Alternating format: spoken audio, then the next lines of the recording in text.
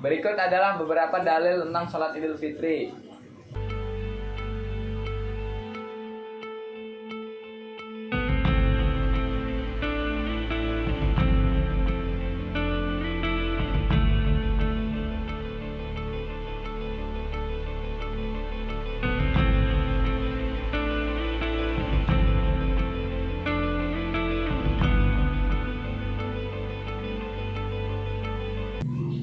Assalamualaikum warahmatullahi wabarakatuh. Waalaikumsalam warahmatullahi wabarakatuh. Alhamdulillahirabbil alamin. Wa bihi nasta'in ala umuri dunya waddin.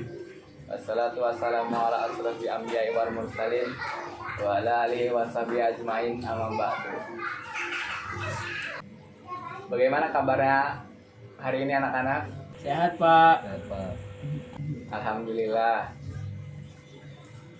Sebelum kita mulai pembelajaran, alangkah baiknya kita membaca doa terlebih dahulu. Ketua kelasnya siapa? Enggak datang, Pak, ke kelasnya, Pak. Ya udah, perwakilan saja. Kamu perwakilan. Pimpin doa. Ya, Pak.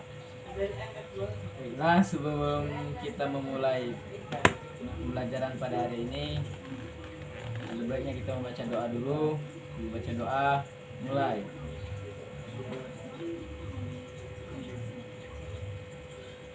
Baca doa selesai. Sebelum kita mulai pembelajaran pada hari ini, baiknya Bapak absen dulu ya. Ya, Pak. Malik, mana Malik? Hadir, Pak. Gondil. Hadir. Restu. Hadir Pak. Baiklah, pada pertemuan kali ini Bapak akan menjelaskan tentang sholat jamaah dan sholat Idul Fitri. Ada yang tahu nggak sholat jamaah dan sholat Idul Fitri itu apa? Enggak, Pak. Udah, Bapak jelasin ya. Ya, Pak. Pengertian sholat jamaah dan sholat Idul Fitri menurut bahasa. Jamaah berarti sesuatu yang jumlahnya banyak. Kata al-jamu berarti menyatukan beberapa hal terpisah. Sedangkan menurut istilah syariat, jamaah dipergunakan untuk sebutan kumpulan orang yang diambil dari makna ijtima atau perkumpulan. Minimal perkumpulan tersebut adalah 2 orang, yaitu imam dan makmum.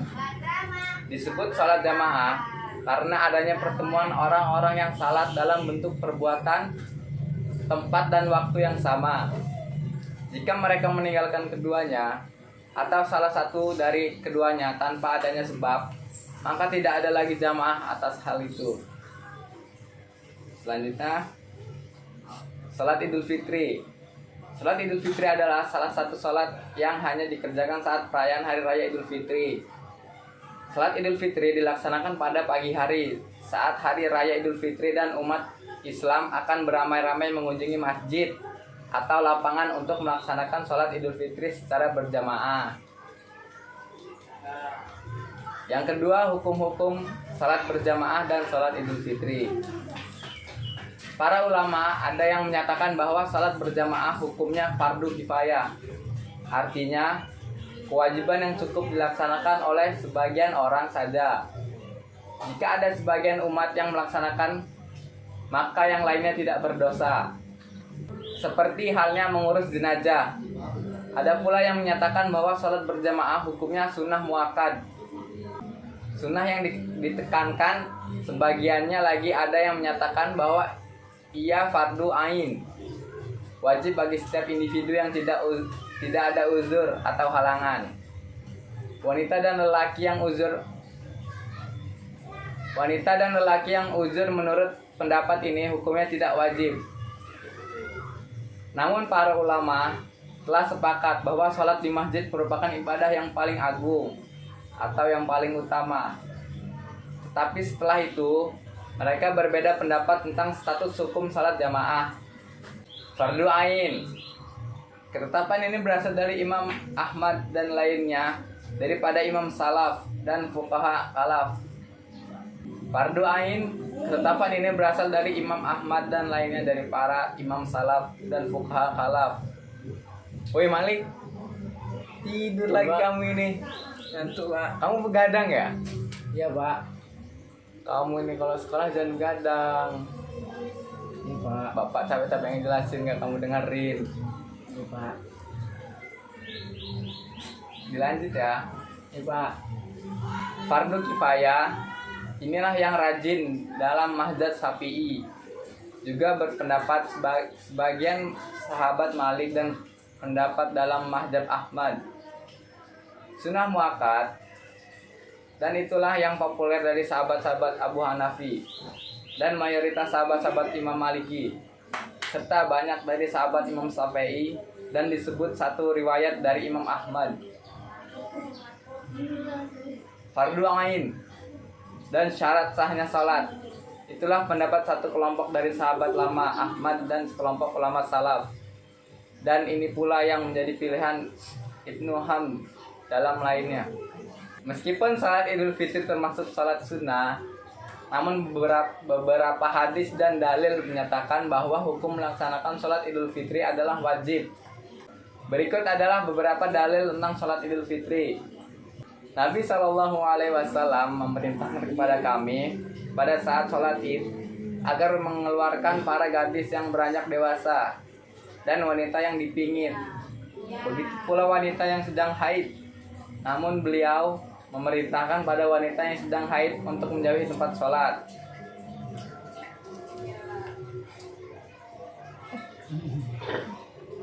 Lanjut. Dalil-dalil tentang sholat berjamaah. Salat jamaah sangat dianjurkan oleh agama. Pahala yang didapat 27 derajat lebih besar daripada salat seorang diri. Di dalam salat jamaah terkandung nilai kebersamaan, persatuan kesatuan, dan rasa solidaritas antara sesama muslim. Karena itu, Allah menyediakan buat pelakunya pahala yang besar. Salat Idul Fitri diwajibkan berdasarkan beberapa pendapat. 1. Rasulullah memerintahkan umatnya untuk melaksanakan sholat Idul Fitri, dan bila seseorang memiliki uzur, ia tetap harus keluar rumah dan pergi ke tempat dilaksanakannya sholat, namun tetap harus menjaga jaraknya. Rasulullah SAW selalu melaksanakan sholat Id dan tidak pernah meninggalkannya. Perintah Allah dalam surat Al-Kautsar ayat 2, dirikanlah salat dan berkurbanlah. Boleh meninggalkan sholat Jumat jika pagi harinya telah melaksanakan sholat Id, jika Idul Fitri jatuh pada hari Jumat. Hal ini ditafsirkan bahwa sesuatu yang sifatnya wajib bisa gugur karena sesuatu yang wajib pula. Pak, azan Pak. Ya, kita break sebentar ya. Lanjut. Syarat-syarat salat jamaah dan sholat Idul Fitri. Untuk melaksanakan sholat berjamaah ada beberapa syarat yang harus diketahui. 1. Mengetahui semua gerakan imam. 2. Harus niat menjadi makmum. 3. Tidak berdiri lebih dari imam. 3. Tidak berdiri 3. Tidak berdiri lebih depan dari imam. 4. Tidak mendahului gerakan imam. 5. Salat makmum harus sama dengan salat imam dalam hal niat waktu salat. 6. Jarak antara imam dan makmum atau antara makmum dengan barisan makmum yang terakhir tidak boleh lebih dari 300 hasta. 7. Tidak ada dinding yang memisahkan antara imam dan makmum kecuali bagi makmum perempuan, dengan syarat ada seseorang atau lebih dari mereka yang dapat melihat semua gerakan imam.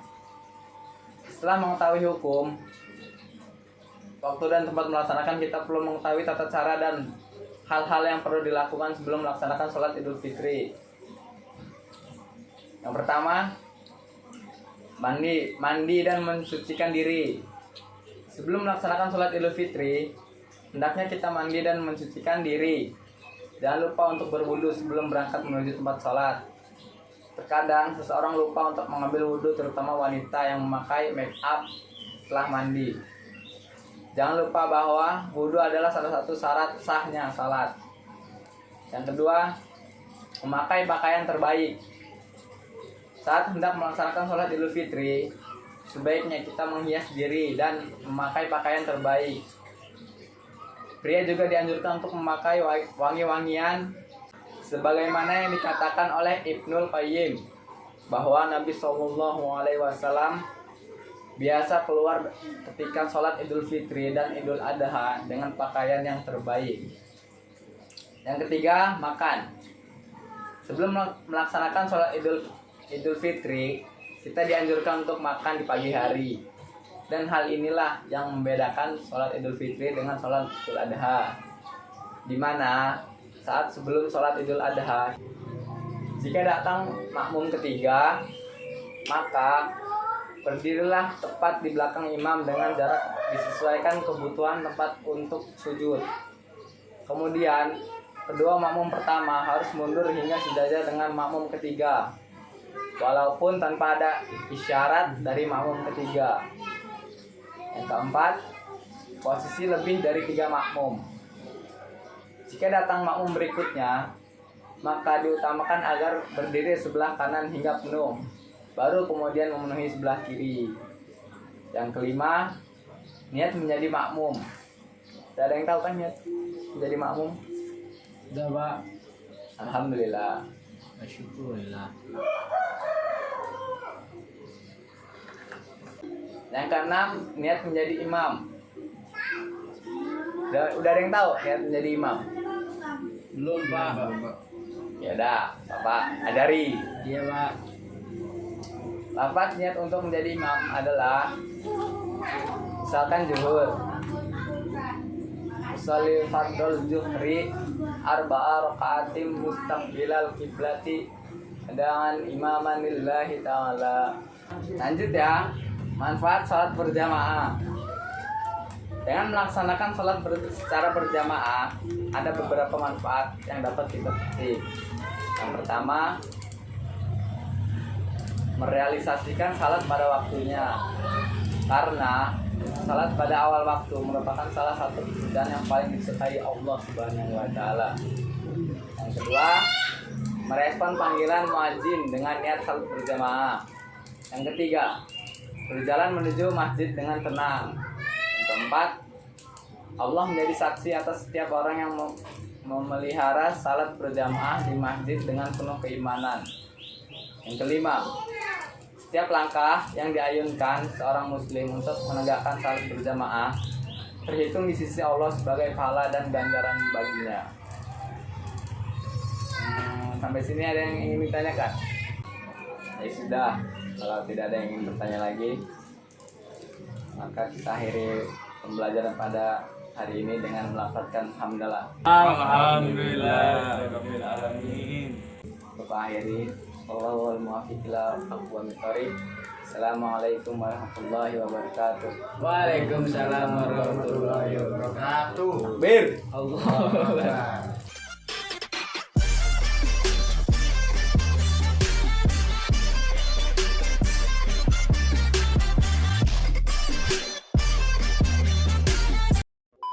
Iya. Astagfirullah. Tanya lu. Tarik, Pak.